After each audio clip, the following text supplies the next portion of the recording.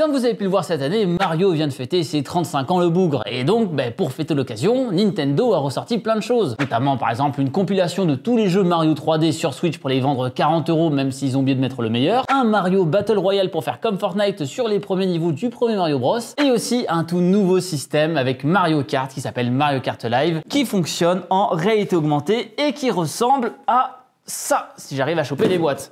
À ça, sachant qu'il y a deux boîtes, celle pour Luigi et celle, évidemment, pour le petit frère Mario. Et donc, aujourd'hui, on va tester tout ça et surtout se rendre compte d'un truc. Est-ce que Nintendo regarderait pas la chaîne par hasard? Salut, c'est Léo de la chaîne Techmaker et aujourd'hui, eh bien, on va faire une petite review de Mario Kart Live et ainsi reparler d'un projet qu'on a réalisé il y a un peu moins d'un an maintenant. Parce que ouais, vous avez sûrement vu les trailers de pouvoir en fait vous intégrer directement sur vos personnages favoris pour pouvoir jouer dans votre salon. Et ça ressemble un peu avec ce qui avait été fait avec cette voiture-là. Bon, même si c'est pas du tout de la même taille. Mais avant de comparer tout ça, on va voir ce qu'il y a dans la boîte de chacun de ces trucs et de voir justement ce que ça vaut. Donc pour la modique somme de 100 € pour l'une des boîtes, ce qu'on a à l'intérieur, c'est qu'on va avoir soit un Mario, soit un Luigi par rapport à la voiture qu'on aura choisie. Et derrière juste un câble USB-C pour le recharger, ainsi que quelques bouts de carton qui sont sûrement recyclés. Luigi, fais attention à toi, merci. Qui sont sûrement recyclés avec tous les Nintendo Labo qui ne se sont pas vendus. Et donc en gros, ce que vous avez deux cartons pour vous dire quand il faut tourner, sachant qu'avec la réalité augmentée, ça va avoir quelques animations.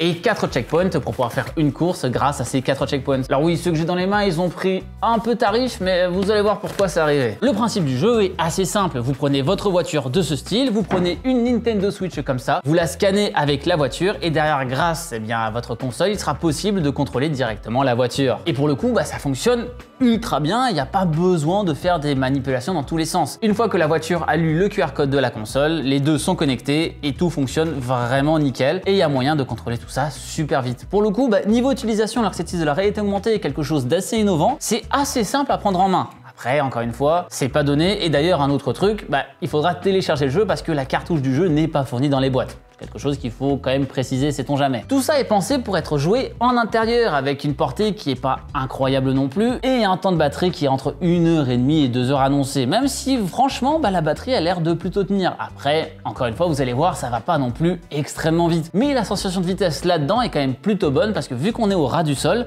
il y a quand même moyen de bien la ressentir. Et donc, comment ça marche? Eh bien, la caméra de la voiture va repérer les formes et donc avec les default checkpoints qu'on a en carton qui sont ici, ils vont être lus. Il y aura juste moyen de les monter comme ça et paf, vous avez un circuit que vous pouvez faire qui restera quand même assez simple, on va pas se mentir, mais encore une fois, niveau facilité d'utilisation, c'est vraiment ultra simple à prendre en main et même un gosse peut le faire très facilement pour le coup. Et donc pour jouer, on va pas regarder la voiture, mais on va regarder à travers la console et cette console va permettre d'avoir un peu de réalité augmentée, c'est-à-dire il va y avoir les bonus comme dans Mario Kart, il va y avoir des ennemis comme dans Mario Kart et va quand même y avoir un peu moins de sensations que Mario Kart pour le coup, parce que là on va rester vraiment sur du plat de chez plat. Pour vous dire, même juste passer un câble, parfois ça peut être très compliqué et donc il faudra une course vraiment plate. En plus de ça, le rayon maximum au niveau de la diffusion pour que le signal soit bon est pas incroyable non plus et donc au bout de quelques mètres, vous allez voir que la voiture va déjà commencer à pas mal galérer quoi. Et donc ouais, tout ça, comme je vous l'ai dit, ça ressemble un peu à ce qu'on avait fait avec ça, si vous vous rappelez de cette vidéo.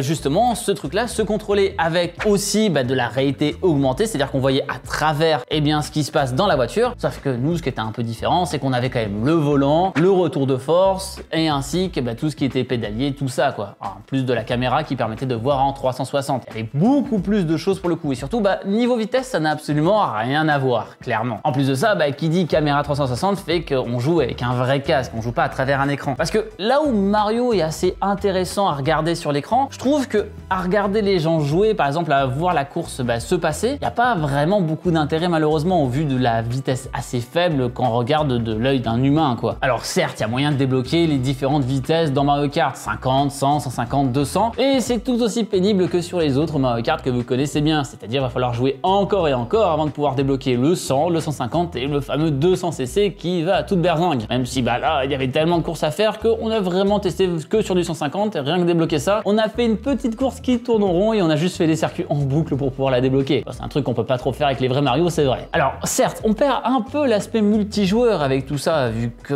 déjà on n'est que 5 sur les circuits et surtout il n'y a qu'une seule voiture. Mais vu qu'il y a 2 packs, il y a quand même moyen de jouer à 2 avec les 2 voitures de ce style et donc d'avoir Mario et Luigi, d'avoir 2 joueurs. Mais ah, ça commence à coûter cher un petit peu si on va faire ça, parce que c'est-à-dire qu'il va falloir une voiture à 100 €, une autre voiture à 100 €, ainsi que des Nintendo Switch ou des Nintendo Switch Lite, donc 200 à 300 € par rapport aux consoles. On commence à avoir un sacré setup quand même, quoi. Donc faut voir si ça vaut le coup, parce que c'est très intéressant à jouer, mais alors est-ce que sur la longévité, il y a vraiment un intérêt de jouer encore et encore à ce truc-là, à moins de se déplacer de maison en maison pour avoir des setups différents ou de vivre dans un manoir, hein, mais si vous êtes parisien par exemple, je pense que vous aurez très peu d'intérêt à avoir un truc pareil, quoi. Et en fait, c'est ça que je trouve un peu dommage là-dedans, c'est que certes, en réalité augmentée, on voit plein de choses se passer sur le circuit. Quand on regarde le circuit de nos yeux directement, on a l'impression qu'il se passe pas grand-chose. Et donc, la barrière entre la réalité et ce que permet la réalité augmentée, je trouve qu'il manque un petit peu quelque chose. Ça aurait été sympa d'avoir une sorte de gameplay asymétrique ou genre de truc. Et d'ailleurs, il y a un accessoire qui manque là-dedans et qui rend le jeu vraiment meilleur. Eh bien, cet accessoire, c'est celui-là. Et oui, parce que pour le coup, avoir des animaux de compagnie avec ce truc, eh bien, ça change quand même sacrément la donne. Et ça permet limite de plus s'amuser. Je trouve qu'il y avait plus de fun à rouler après ce bonhomme que de faire les courses en fait. Et je pense qu'avec des chats pareil qui vont tout défoncer, ou même d'autres animaux de compagnie que sais-je, bon même si ce serait bête un petit peu d'écraser des gerbilles ou quoi que ce soit avec ces trucs, je trouve que c'est ça qui est le plus rigolo finalement avec ces bagnoles. Malheureusement, je sais pas trop s'ils peuvent fournir des chiens directement dedans. Et non, s'il te plaît, ne te tue pas tout de suite toi. Merci. Reste là. Bon, je vous l'accorde, il y a vraiment tout sous cette table. Par exemple, hop, je peux le récupérer.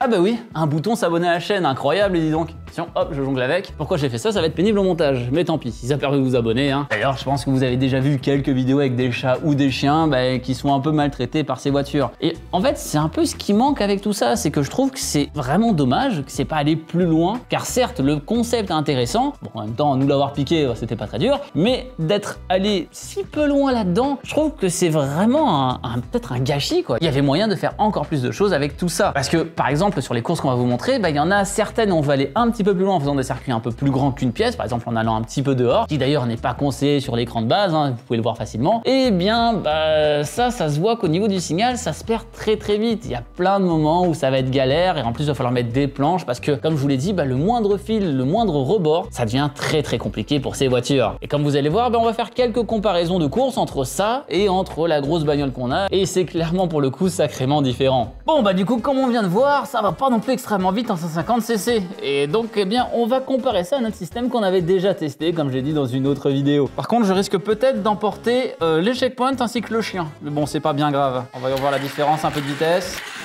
Malheureusement, j'emporte les checkpoints avec moi. J'ai réussi le premier checkpoint. Mince. Alors que je recule. Ok, le deuxième checkpoint, c'est bon, on l'a pris. Le troisième, c'est parti. Alors, ça va peut-être un peu trop vite pour ce qu'on a envie de faire, malheureusement. Ouais, bon. C'est peut-être pas exactement... Je crois que j'ai été un peu transporté.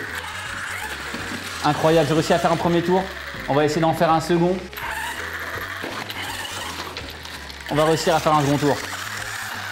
Ah, je crois qu'on est dans un chausson.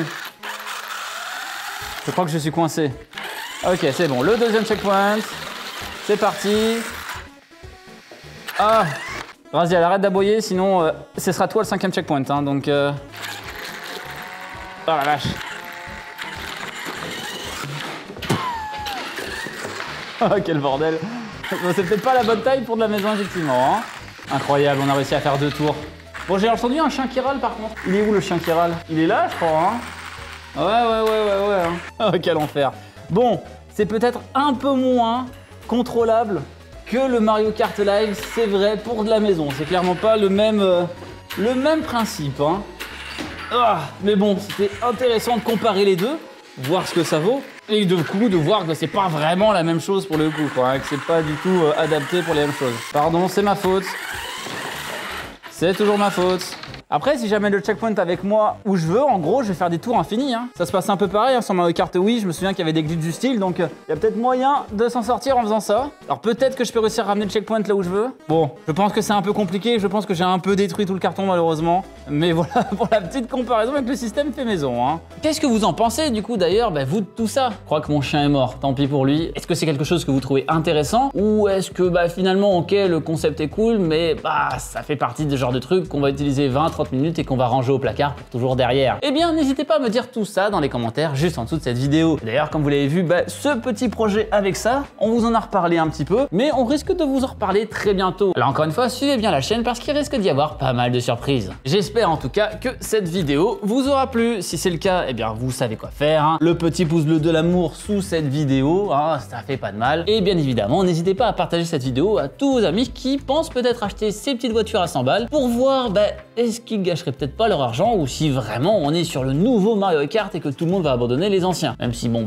j'y crois moyen. Et bien sûr, le plus important si ce n'est pas déjà fait, abonnez-vous à la chaîne en cliquant sur le logo qui vient d'apparaître en haut à droite de votre écran. C'était Léo de la chaîne Techmaker et surtout, n'arrêtez jamais d'apprendre. Salut!